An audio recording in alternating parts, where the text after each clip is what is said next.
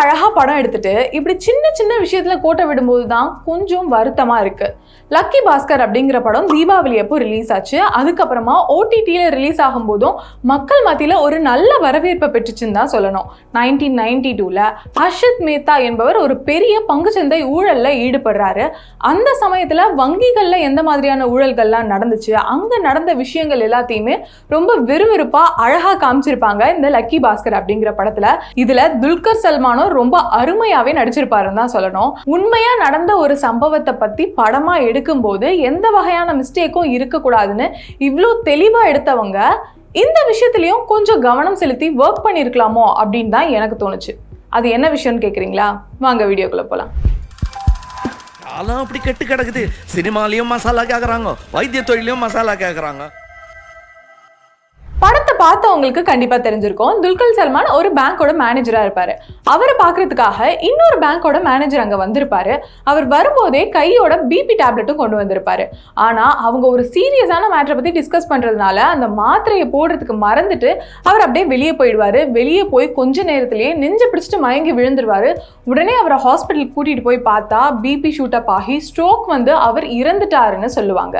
உண்மையிலேயே பிபி இருக்கிறவங்க இப்படி கையோட பிபி டேப்லெட்ஸ் எடுத்துட்டு போகணுமா? அந்த சீரியஸான விஷயங்கள்லாம் பேசும்போது அவங்களுக்கு ஸ்ட்ரோக்கோ இல்லை ஹார்ட் அட்டாக்கோ வரதுக்கான வாய்ப்பு இருக்கா அப்படிங்கிறத பத்தி நமக்கு தெளிவா எக்ஸ்பிளைன் பண்ண போறாரு டாக்டர் விஜயகுமார் அவர்கள். வாங்க டாக்டர் என்ன சொல்றாங்கன்னு கேட்டுட்டு வந்துடலாம்.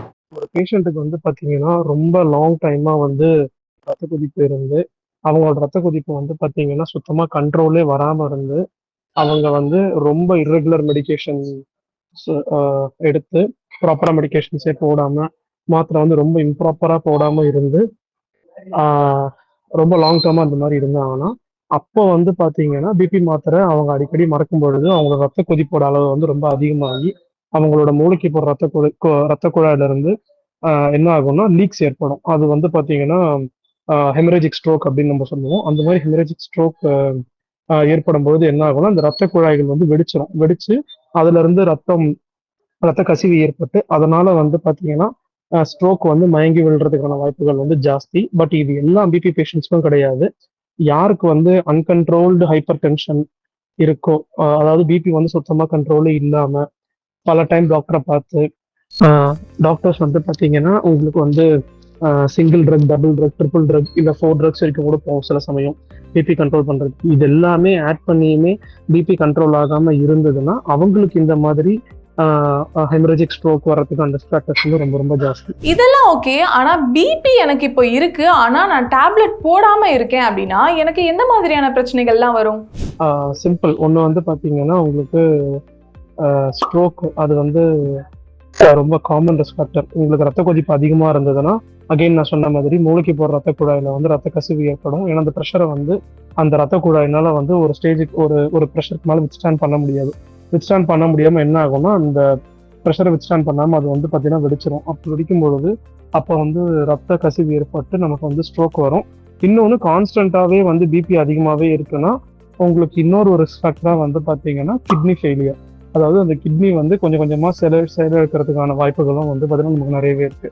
ஸோ அதனால வந்து பாத்தீங்கன்னா ஸ்ட்ரோக்கு அதுக்கப்புறம் க்ரானிக் கிட்னி டிசீஸ் இது ரெண்டுமே வரதுக்கான வாய்ப்புகள் நிறையவே இருக்கு. அதே மாதிரி உங்களுக்கு வந்து ரத்த கொதிப்பு அதிகமா இருந்ததுன்னா உங்களுக்கு கார்டியாக் ரிஸ்க் ஃபேக்டர்ஸ், அதாவது இதய சம்பந்தப்பட்ட பிரச்சனைகள் வரதுக்கான வாய்ப்புகளும் நிறைய இருக்கு. இந்த விஷயங்கள்லாம் இப்போ கிளியர் ஆயிடுச்சு. ஆனா படத்துல என்ன காட்டியிருப்பாங்க அப்படின்னா, இருந்த அவரோட உடலை பார்த்த உடனே டாக்டர் வந்து பிபி இருக்கா இவருக்கு, உடனே பிபி ஷூட் ஆகி அவர் ஸ்ட்ரோக் வந்து இறந்திருக்க வாய்ப்பு இருக்கு அப்படின்னு டக்குன்னு சொல்லிடுவாரு. ஸோ ஒருத்தவங்க இறந்திருக்காங்க அப்படின்னா அவங்க உடலை பார்த்த உடனேவே இந்த மாதிரி இவங்க பிபி வந்து ஸ்ட்ரோக் வந்து தான் இறந்திருக்காங்க அப்படிங்கிறத கண்டுபிடிக்க முடியுமா? இப்போ வந்து ஒருத்தவங்க உயிரோடு இருக்கும் பொழுதுதான் வந்து அவங்களோட பிபியை நம்ம மெஷர் பண்ண முடியும்.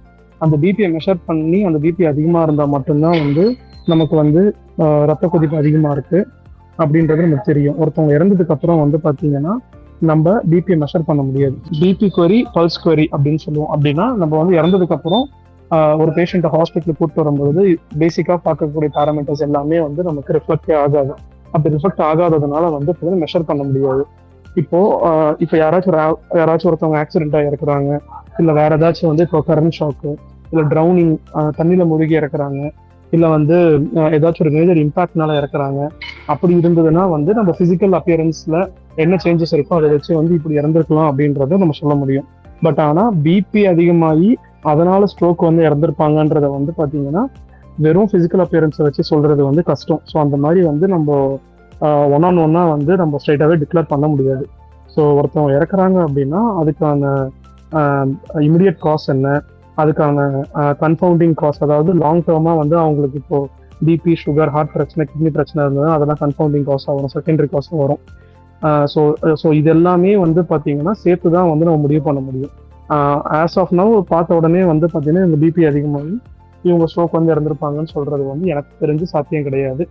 ஓகே, இந்த மாதிரி கேள்விகள் தான் எனக்கு படம் பார்க்கும்போது வந்துச்சு. அதுக்கு ரொம்ப கிளியரா டாக்டர் விஜயகுமார் அவர்கள் எக்ஸ்பிளைன் பண்ணியிருக்காங்க. எப்பவுமே எனக்கு இருக்கிற ஒரு விஷயம் என்ன அப்படின்னா, ஒரு திரைப்படம் எடுக்கும்போது நிறைய விஷயங்களை ரிசர்ச் பண்றோம், எல்லாமே ஒர்க் பண்றோம். ஆனா ஹெல்த்னு வரும்போது நமக்கு தெரிஞ்ச விஷயத்தை வச்சு அப்படியே படத்துல கதைகளை எழுதிடாம ஒரு டாக்டர் கிட்ட கன்சல்ட் பண்ணி அந்த ஸ்டோரி லைனை எழுதினா இன்னுமே நல்லா வரும் அப்படின்றது தான் என்னோட அபிப்பிராயம். இதே மாதிரி இன்னும் நிறைய படங்கள்ல என்ன மாதிரியான ஹெல்த் ரிலேட்டடான மிஸ்டேக்ஸ் பண்ணியிருக்காங்கன்னு நம்ம நிறைய வீடியோஸ் பண்ணியிருக்கோம். அந்த வீடியோஸோட லிங்க் இங்கே அட்டாச் பண்ணுறோம், தவறாமல் பாருங்கள். உங்கள் ஃப்ரெண்ட்ஸ் அண்ட் ஃபேமிலிக்கு ஷேர் பண்ணி அவேர்னஸை கிரியேட் பண்ணுங்கள். இதே மாதிரி இன்னும் நிறைய வீடியோஸ் பார்க்க ஹெல்த் ஸ்டுடியோவை மறக்காமல் சப்ஸ்கிரைப் பண்ணிவிடுங்க.